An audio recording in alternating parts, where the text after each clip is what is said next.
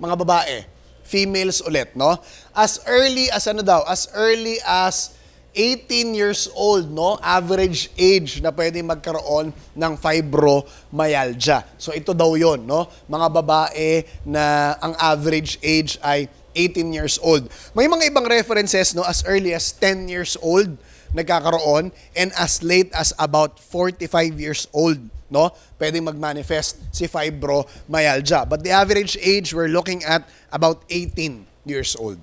Naku ha? Sige. So, dati kasi, no, mahirap talaga ma-diagnose ang fibromyalgia, no? So, hindi siya ganun kadali dahil very vague yung kanyang manifestations, no? Merong muscle pain, no? Meron silang nararamdaman na parang stressed sila, ganyan, fatigued sila, ganon. So, mabilis sila mapagod, no? So, ang hirap ma-diagnose, no? So, ang ginawa ng American College of Rheumatology, no? Nag-create na lang sila ng criteria, no? Para pag nasatisfy natin itong mga criteria na to, mas madali natin ma-identify or ma-diagnose yung condition as fibromyalgia. So, ano mga criteria yung titingnan natin, okay? Tatlo yung criteria na meron tayo, no? Number 1 is the presence of widespread of musculoskeletal pain, no? So, meron daw widespread of musculoskeletal pain.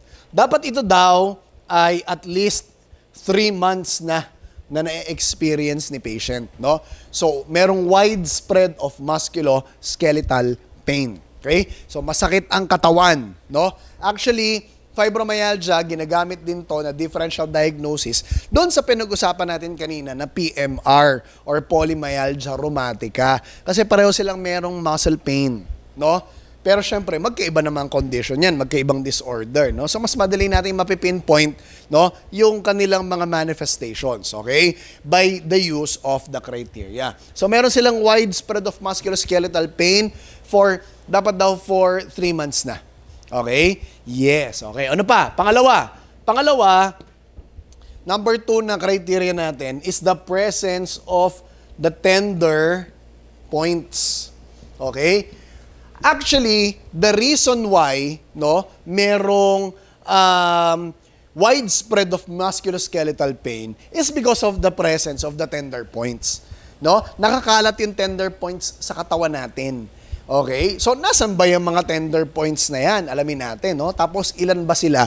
Lahat. Okay? So, nasan ba yung tender points na yan? Nasa occiput, traps, supra, spinatus, greater trunk, low cervicals,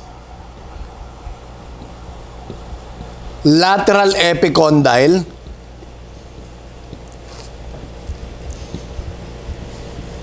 second rib, medial fat pad of the knee. Medial fat pad of the knee.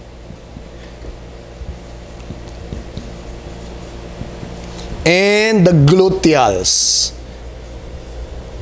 Okay? So, ito yung ating tender points, no? So, occiput, trapezius, supraspinatus, greater trunk, low cervicals, lateral epicondyle, second rib, medial fat pad of the knee, and the gluteals. Naku ha? Yan. So, all in all, ilan yan? 9 tender points, no? Pero yung tender points kasi, no, symmetric daw yung distribution. Okay? So, meaning, both sides of the body, okay, present yung tender points. Kaya yung 9 na yan, times 2, no, we have 18 tender points all in all. So again, no, meron tayong 18 tender points. Nakuha? Yon, okay. And yung pangatlong criteria natin, no, number 3 criteria natin is yung sleep disturbance. Sleep disturbance. Apparently, yung mga patients na merong fibromyalgia, no, ay mababaw lang daw lagi ang tulog. No? Sila yung mga patients na kapag natulog, mabilis magising, Or kapag natulog sila, tapos nagising na sila, parang feeling nila hindi naman sila nakapagpahinga ng maayos. They don't feel refreshed, no? Pag gumising na sila. Feeling nila pagod na pagod pa din sila. So, yung presence ng fatigue, no? Nandun pa rin. Parang hindi nawala. Okay? Parang hindi na-relieve. Nakuha? Yes. Yun yung problema sa kanila. So, meron silang sleep disturbance. Nagkakaintindihan? Yes. So, if we can satisfy all three criterias, no? Merong widespread of musculoskeletal pain na 3 months na or more, okay? Tapos merong tender points, no? Out of the 18 tender points daw, 11 is present, no? So, this criteria should be satisfied as well, no? 11, at least 11 out of the 18 tender points. And merong sleep disturbance. Nakuha? So, pag nasatisfy yung tatlo na yon, no? Yan, madadiagnose na natin si patient as fibromyalgia. Nakuha? So, meron siyang fibromyalgia. Now, ang problema dito, no?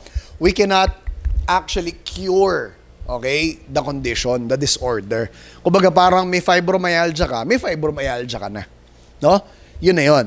No? But, we can control and manage, no? The manifestation. So, kasi ang nakikita mo naman dyan is pain. So, we can manage pain. No? We can manage the pain. Tapos, merong sleep disturbance. So, we can also manage, no? The sleep disturbance. Ang goal lang natin dyan, of course, is to improve, no? Yung sleep ng patient natin. Nakuha? But the problem and the challenge here, minsan talaga yung mga patients, no? Na merong fibromyalgia, resistant na sila sa rehab management, no? Talagang ayaw nila. Kasi nga, may nararamdaman sila eh. Mabigat yung pakiramdam nila, no? Feeling nila, hindi nila kaya yung mga exercises, no? Yung mga pinapagawa sa kanila. So, feeling nila, may hirapan sila. Okay? But to be specific, no? Ano daw ba yung kailangan ng mga types ng management dito? Of course, no? Yung pain management natin, di mawawala dyan. Okay? So, all types of pain management, no, can be provided, can be administered to them, no? Yung cold therapy natin, okay? The doctors can give them medications, no, to relieve the pain na nararamdaman nila, okay? So walang problema 'yon, no? Ano pa? We can also give exercise, to be specific, aerobic exercise. Because aerobic exercise, no, isang goal daw natin dito, kaya natin binibigay is to improve the patient's sleep. Kasi nakakapag-improve daw ng sleep cycle, no? Yung ating aerobic exercise. So, very important, no? Na ibigay sa kanila yan. Okay? And so, of course, no? Yung emotional support. Kaya hindi mawawala, no? Emotional support. Because these patients, usually, no? Talagang naiging, kumbaga, it affects their psychological well-being. Okay? Kasi feeling nila, hindi na sila maganda, feeling nila, losyang na sila. Ganon yung pakiramdam nila, no? Especially, hindi sila makatulog ng maayos, no? Feeling nila, laki-laki ng eye bags nila, no? So, we have to support that, no? Emotionally. Kasi emotionally dragging talaga tong sakit na to, no? Walang cure, and ang hirap, no? Mag-adhere sa management. Kasi nga, meron kang nararamdaman na pain, no? Meron kang nararamdaman na masakit sa katawan mo. So, the improvement, no, is very slow. So hindi mo agad makita yung relief, no, doon sa ginagawang management. So we have to be patient, no, pagdating sa pag-administer ng management sa mga pasyente na to or sa mga individuals na merong fibromyalgia. Nakuha? So yan lang naman yung kailangan nating i-satisfy at kailangan nating malaman, no? Sa board exam, ito yung lumalabas, no? Yung tender points. Okay? Oo. So, ito yung lumalabas dun sa board exam. Actually, meron akong kanta dito. No? So, ipapakita ko ang performance. Okay? Ang kanta. Okay? Yan. No? Actually, yung song na ginamit ko ay kanta ni Dua Lipa. So, kung kilala niyo si Dua Lipa, yan. Okay? So, actually, in-invite natin siya. Okay?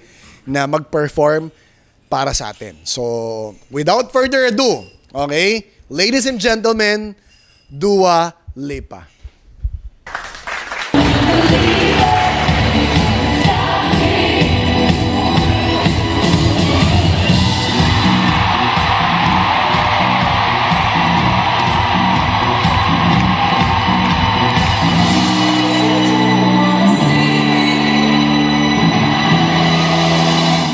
Fibromyalgia, kaloka, sakit sa katawan, di ba? Walang inflammation, baby. Ang tender points kalat sila. Occiput, trapezius, and supraspinatus, greater trok, and low cervicals. So, lateral, epicondyle, secondary benipads.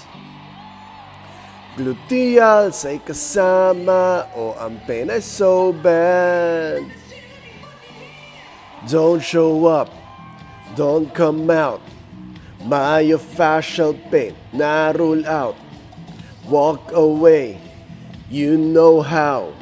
Myofascial pain, na rule out.